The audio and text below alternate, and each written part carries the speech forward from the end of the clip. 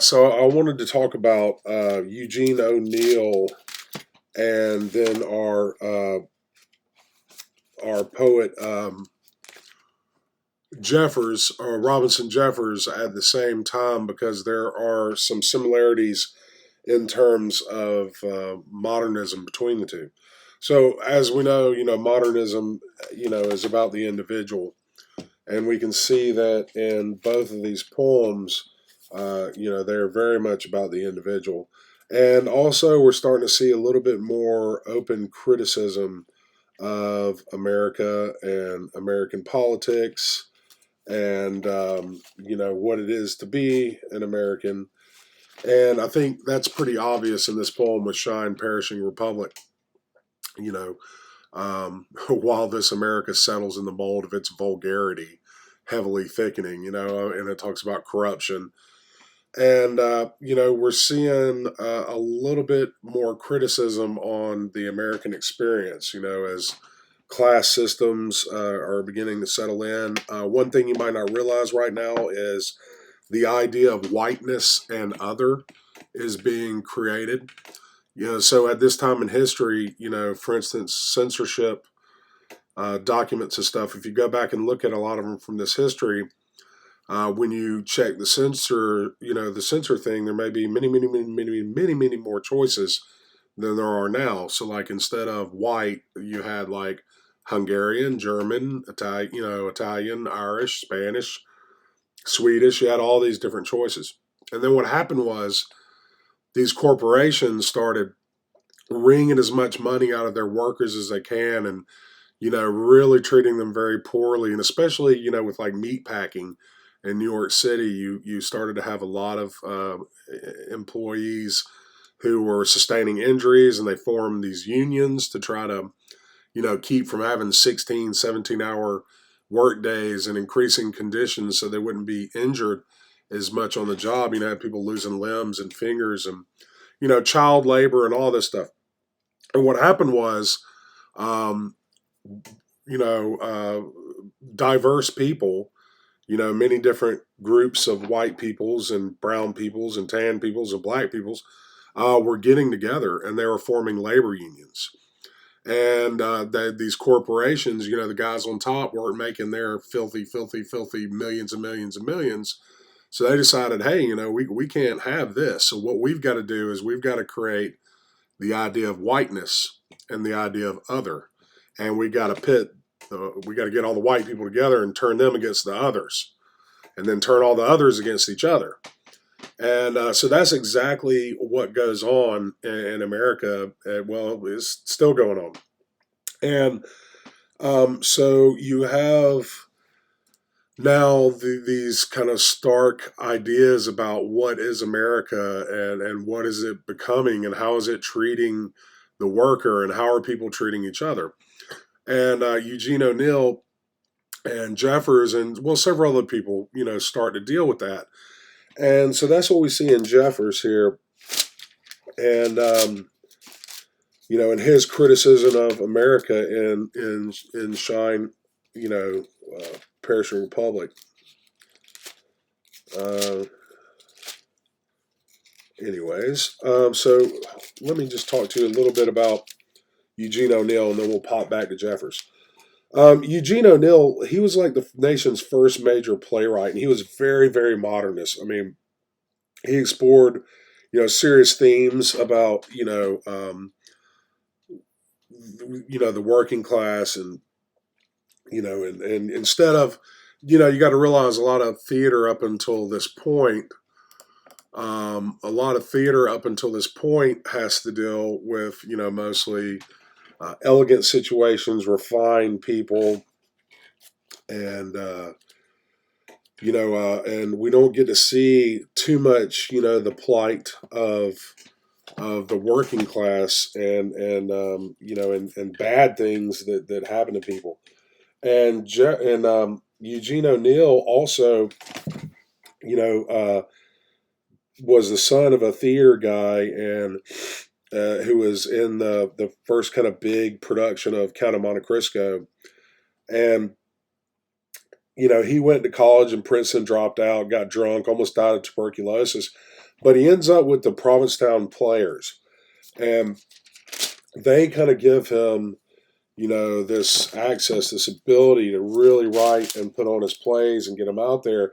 And he becomes pretty famous, and pretty financially successful as well.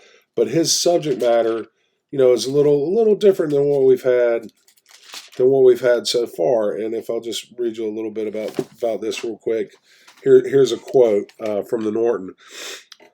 He was influenced by the popularization of certain ideas of the Viennese psychoanalyst Sigmund Freud, the power of irrational drives that affect our behavior, the existence of a subconscious, the role of repression, suppression, and inhibition in the formation of personality and in adult suffering, the importance of sex, and above all, lifelong influence of parents. But where Freud posited a universal dynamic in the relation between children and parents that was rooted in biology, O'Neill saw each child's experiences as uniquely determined by particular parents. In other words, O'Neill saw it was less about biology and more about parents and how they raise you. His strongly felt individualism, which, as you know, is an aspect of modernism, came to focus on the family rather than the person as the fundamental human unit and influencer of behavior. He found inspiration and confirmation for this approach in classical Greek drama, which had always centered on families. And so you can see, in some other plays how Eugene O'Neill uses psychology. It's less about the family unit and Before Breakfast and more about the the interaction between Miss Rowland and the main character who commits suicide off stage at the end of the play, which again was extremely experimental. You know, I guess the characteristics of Eugene O'Neill is that the dialogue is it takes a huge departure from other plays and stuff at this time. It's not eloquent like it has been in the past. It's crude, it's natural, it's full of slang. Instead of like in some kind of elegant, mansion or parlor or drawing room or dining room, you know, this his stuff may take place in a crappy one bedroom apartment, in the city in Greenwich Village or something, or in a ship's hold or a sailor's bar. He used exaggerated realism that kind of veered toward expressionism, and some of his earlier stuff. And his earlier works are very stark and naturalistic, and then he begins to kind of experiment with inner emotion and inner psychology, which is what you see in um, Before Breakfast. And some of his earlier stuff, it's very much pro nature and very, very against civilization and how civilization is destroying nature, which is what you saw in a lot of Jeffers stuff. He was highly experimental. He didn't give a dang how long a play was. As you can see, Before Breakfast is a very, very short one act play. And then he wrote some that were like 9 hours long. He did really experimental stuff. Sometimes he made the characters wear masks, where one side of the mask is one personality or one character and the other is the other. I mean, he did strange stuff. He was one of the early guys to do a lot of experimentation with sound effects and lighting and special effects in plays. Um, One thing that's experimental about Before Breakfast is essentially you have one character speaking the whole time, and the other character off stage. The only other thing you ever see is like his hand.